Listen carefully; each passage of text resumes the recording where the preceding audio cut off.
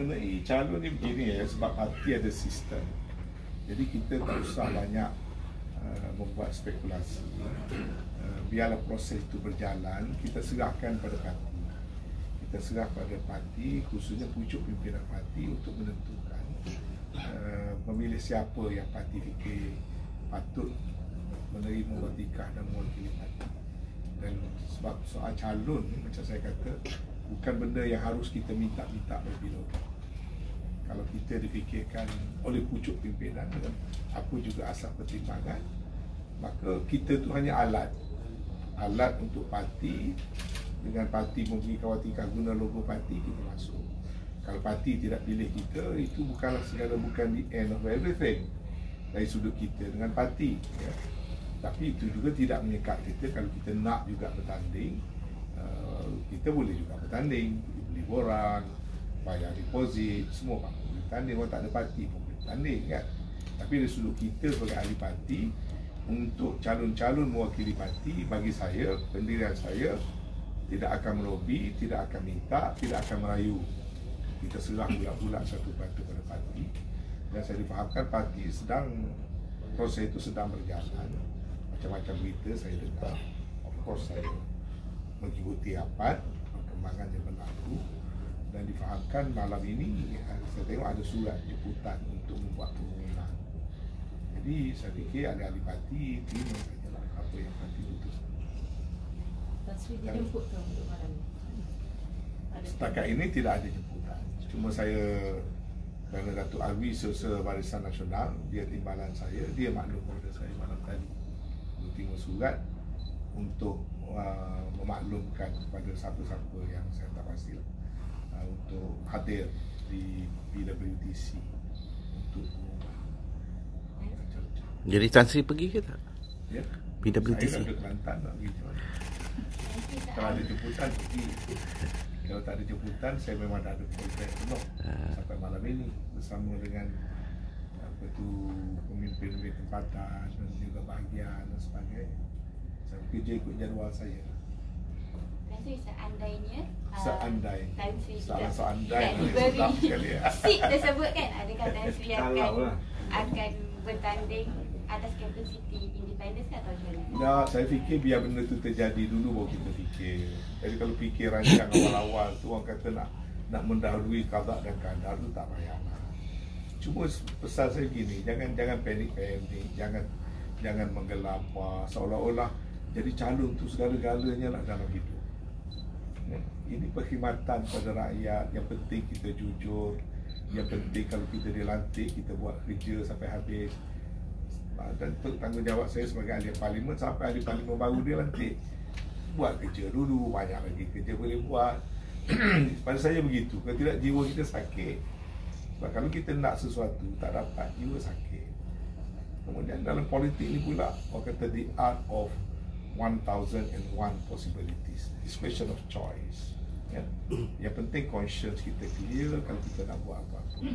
Jadi bagi saya tak nak mendahului parti. Saya mengabdikan diri saya daripada saya muda, umur 20-an sampai sekarang, 8 penggal pilihan raya, saya tak pernah lebih, tak pernah minta. Parti bagi, saya tikung dengan sebaik-baiknya. Kalau parti dah tak bagi, ataupun presiden tak bagi, itu proses yang semua orang kena lalu. Takkan kita nak jadi ahli parlimen selama-lamanya kan. Jadi kita terima realiti itu. Tapi dari sudut perjuangan politik kita pula, kita ada option dalam sebuah negara demokratik. Yang penting pada saya lah, saya lihat begini ya, dalam pengalaman saya menjadi wakil rakyat, itu ada 3 elemen yang menentukan perkhidmatan kita. Yang pertama ada parti kita. Sebagai sistem pilihan raya berparti, maka lazimnya adakah kita diberikan mandat ataupun kepercayaan oleh parti ya. Yang kedua, apa tu akar umbi. Akar umbi ni saya rujuk kepada UMNO bahagian-bahagian. Sebab dalam perlembagaan dan akhirnya apa pun buat, apa pun termasuk kalau pucuk pimpinan buat, penentu akhirnya adalah jentera di bahagian-bahagian. Itu the battleground yang akan yang akan kelek, akan junjung kita. Jadi adakah akar umbi nak pada kita? Beri kepercayaan pada kita. Tadi pertama ni pemimpin, kedua akar umbi. Yang ketiganya adalah rakyat. Kalau parti kita saja nak, rakyat tak nak, tak menang. Jadi 3. Jadi kalau rujuk kepada Parlimen Ketereh, selama ini pemimpin, kan saya sendiri pun sebagai pemimpin, Susah Agung, Ketua Penerangan dan fungsi perhubungan. Jadi peluang itu banyak diberikan kepada saya. Kepercayaan oleh pemimpin kepada saya daripada zaman Tun Dr. Mahathir jadi presiden sampailah kepada sebahagian daripada zaman Datuk Seri Zahid. Jadi saya dapat mandat itu. Yang kedua tadi bahagian. Alhamdulillah saya 34 tahun Ketua UMNO bahagian Ketereh. Akar umbi sentiasa memberikan sokongan kepada saya. Cukup syarat yang kedua. Syarat yang ketiga, rakyat. Sebab ahli UMNO Ketereh hanya ada 14,000. Pilihan raya lepas saya dapat undi hampir 26,000. Bermakna ada 12,000 yang bukan ahli UMNO. Itu rakyat. Sebahagiannya mungkin orang PAS, sebahagian mungkin orang tak berparti. Jadi pada saya, bahagian saya telah buat keputusan supaya saya jadi calon, disokong oleh negeri. Selesai. Tahap yang kedua, pemimpin belum selesai. Malam ni baru selesai. Yang ketiga, rakyat. Itu kita tak tahu ya. Kita tak tahu tiap depan. Kemudian katakanlah Siju suka bercakap tentang andaian. Jadi saya bagi lebih sikit. Katakanlah senario saya tidak dipilih. Saya tak boleh mengamuk, saya tak boleh marah. Tapi perjalanan politik saya, masa tu barulah saya kena duduk dan fikirkan, tengok kalau buat begini jadi begini, buat begini jadi begini kan. Jadi sebab option tu banyak. Kalau dulu-dulu pembangkang kerajaan, keluar kerajaan masuk pembangkang. Tapi sekarang ni kalau tak duduk dalam parti kerajaan, di luar ada lagi parti lain kerajaan juga. Senario politik nasional dah berubah. PAS pun kerajaan, Bersatu kerajaan, semuanya di bawah pimpinan Perdana Menteri yang sama juga. Jadi ada option. Tu orang kata tepuk dada tanya selera. Tapi bagi saya bukan soal tepuk dada tanya selera. Pertama, saya kena tanya grassroots saya, bahagian. Ni jentera tengah bekerja ni, ada 4,000 lebih jentera tengah bekerja. Saya kena tanya dulu jentera saya, macam mana sekarang ni saya tak jadi calon, macam mana misalnya. Dan sekarang saya sedang buat consultation, berunding dengan jiwa yang penuh tenang, tak ada terburu. Yang kedua, saya kena rujuk juga kepada rakyat, pemimpin masyarakat. Bersama saya banyak Tok Imam, Tok Pemulu, pemimpin PAS, yang kawan-kawan saya semua juga. Mereka tu mewakili yang bukan ahli UMNO tu, yang 12,000 undi saya baru-baru ni tu. Saya akan rujuk pada mereka. Jadi panduan daripada rakan-rakan dalam pimpinan bahagian dan panduan daripada rakyat, pemimpin masyarakat, pengundi Ketereh akan menentukan apa yang saya bakal putuskan. Itu cara saya. Ya. Mas Wei ada offer ke sekarang daripada parti-parti lain? Mana boleh parti lain offer? Saya ni ahli Parlimen dan Menteri Barisan Nasional. Jangan masih lagi isteri orang kita dah lama. Tan Sri, Tan Sri komen Arau menutup bilik gerakan katanya. Saya tengok jugalah. Saya pun ada juga mengalipur pandangan saya kalau boleh. Sebelum parti buat keputusan muktamad malam ini, bukan muktamad pun, malam ini tu baru macam semi final lah. Yang muktamad tu bila hari serah korang tu. So banyak lagi ruang. Jadi jangan kalut-kalut. Saya nasihat kepada semua ahli parti supaya tenang, jangan mudah orang kata berunding lah. Kalau nak jadi calon sangat pergi minta. Macam saya dah buat keputusan, saya tak minta. Tapi kalau suruh saya pikul. Itu cara saya. Nak meminta, nak merayu, nak tawar lebih, saya tak akan buat. Sebab kerja di wakil rakyat ni berat. Jangan anggap senang. Benda tu berat. Kalau benda berat ni janganlah berburu-buru. Semalam Tan Sri menelpon. Semalam Tan Sri telefon Datuk Seri Syahidan. Malam tadi. Kami sentiasa berhubung antara kawan-kawan. Dan yang bila dengan rumah tu banyak kata, saya bilang tadi 12. kawan-kawan dan ahli-ahli parlimen yang kata kena pancur, dia tanya tu. Tapi saya agak rumus lah selagi tak umumkan. Tapi memang begitulah adab politik. So, 12 tu termasuk Tan Sri. Itu rumus maksud saya. Itu rumus lah. Dan saya tidak nafikan, saya tidak menafikan. Kenapa kita nak berpura-pura tak tahu kura-kura dalam perahu? Kan? Sebab ketua puteri saya dipanggil, ditawarkan. Dan benda tu pun dah viral, apa semua. Cuma nak beritahu saya okey je, tak ada hal.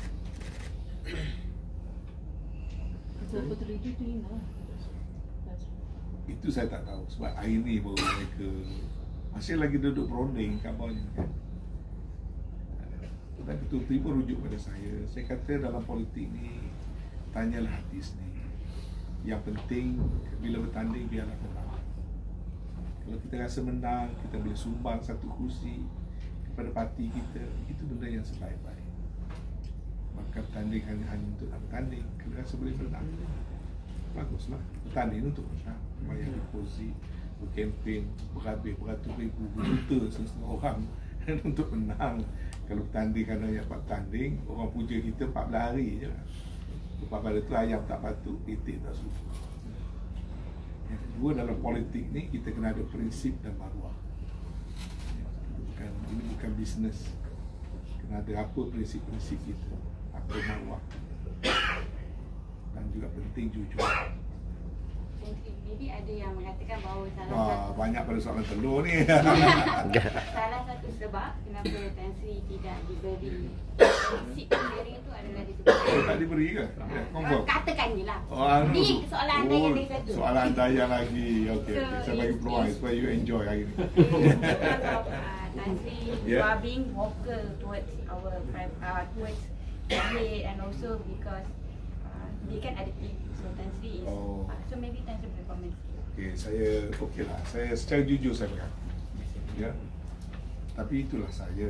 Waktu Dr. Mahathir jadi Perdana Menteri, saya antara orang yang pertama cakap harus minta dia berhenti. Maka kan jadi kontroversi waktu itu. Dan sebab saya memang saya suka betul terang atas perkara-perkara besar dan dasar. Tetapi pegangan saya apabila parti saya buat keputusan, saya ikut. Walaupun tak serupa dengan kehendak saya. Tapi dalam proses sebelum ada keputusan, memang saya tahulah sebab itu saya bergeser banyak, sampai bergeser dengan pihak istana pun ada. Sebab saya cakap apa yang ada dalam hati saya. Tapi saya tidak ada niat-niat yang bukan-bukan. Jadi dalam soal isu sejak UMNO jatuh ni, proses pemulihan tu ada macam-macam cara dan macam orang berbeza pendapat. Dan sampai hari ini pun saya mengaku pegangan saya, kalaulah politik UMNO nak buat, UMNO kena ambil tanggungjawab asas dia menyatu padukan orang Melayu, menyatu padukan parti-parti Melayu. Kemudian masuklah pilihan.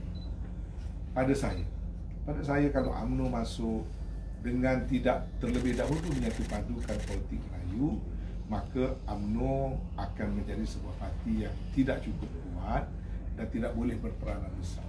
Tak mustahil lepas pilihan raya, macam dah berlaku dululah, kita terpaksa menumpah-numpah, meminta-minta orang lain. State patutnya kita yang menjadi teras, tapi UMNO tak akan berjaya memainkan peranan teras kalau UMNO asal wujudnya dulu, keupayaan kelebihan UMNO tu dia menyatu padukan. Jadi di situ ada berbeza pendapat lah, tu terang saya kata. Saya tak malu-malu lah. Saya memang pro muafakat nasional yang kuat. Ya, saya tukang baca deklarasi, saya tukang urus dia MN, dan saya tahu banyak cerita tentang MN. Tapi saya kunci mulut. Orang tu kata gitu, tu begini. Buat masa ini saya kunci mulut lah. Tak payah gaduh. Itu antara perkara yang boleh saya sebut. Begitu juga perbezaan pendapat. Waktu 3 kali berlaku perbezaan pendapat yang besar saya dengan pucuk pimpinan, ya. Pertama, apabila pucuk pimpinan menandatangani surat tanpa rujuk pada parti, sokong Anwar jadi PM, saya tak cakap, saya tak setuju. Orang kata saya memfitnah orang, tapi akhirnya cerita tu terbukti benar. Tapi yang benar adalah yang jadi mangsa, yang tak benar tak ada apa-apa. Tapi saya puas hati sebab yang dalam hidup ni biar berkata benar, ya. Dan saya akui berbeza pendapat lah. Saya tak setuju memberi sokongan pada Anwar bukan kerana ada personal apa-apa dengan Anwar. Sebab parti ada keputusan resmi no Anwar, no DAP. Kenapa menandatangani senyap-senyap? Kalau tak nak bincang orang lain, bincanglah saya sesagong. Saya jaga urus dia. Bila orang tanya, saya menafikan. Saya ingat tak ada. Tiba-tiba tengok ada. Jadi saya nak macam mana? Saya nak tumpang berbohong, saya tak boleh buat. Saya tak pandai benda begitu. Itu antara contoh, ya. Begitu juga bila kawan-kawan kita tarik 15 orang kerajaan jatuh. Parti ada nak mengarahkan kita 30 orang lagi wakil rakyat kena keluar juga. Kami berbincang-bincang, kami buat keputusan, kami tak setuju. Sebab kalau kita keluar juga, kerajaan jatuh, rakyat tengah COVID, kita kena buat pilihan raya. Yang pertama, yang kedua, ruang berunding ada lagi. Lalu saya terlibatlah, merunding, akhirnya boleh bentuk semula kerajaan dan kita angkat Datuk Seri Ismail Sabri menggantikan Tan Sri Muhyiddin yang jatuh. Dan saya tahu benda tu tak serupa dengan apa yang pucuk pimpinan dah. Tapi itulah saya. Kalau kata nasib saya orang marah kerana saya buat benda tu, saya terpaksa mengaku saya buat. Jadi bila kata ada perbezaan pendapat dengan pucuk pimpinan, memang betul. Apa nak buat? Saya memang berpegang kuat pada penyatuan Melayu dan muafakat nasional. Tapi bila parti kata no PAS, no bersatu, saya akurlah. Sebab parti buat. Tapi sebelum parti buat, saya rasa saya ada hak beri pendapat. Kebetulan pendapat saya tak serupa dengan orang tertentu.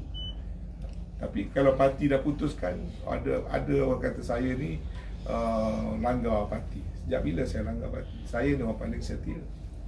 Saya tak pernah buat benda yang parti dah putuskan kemudian saya tak patut, tak ada.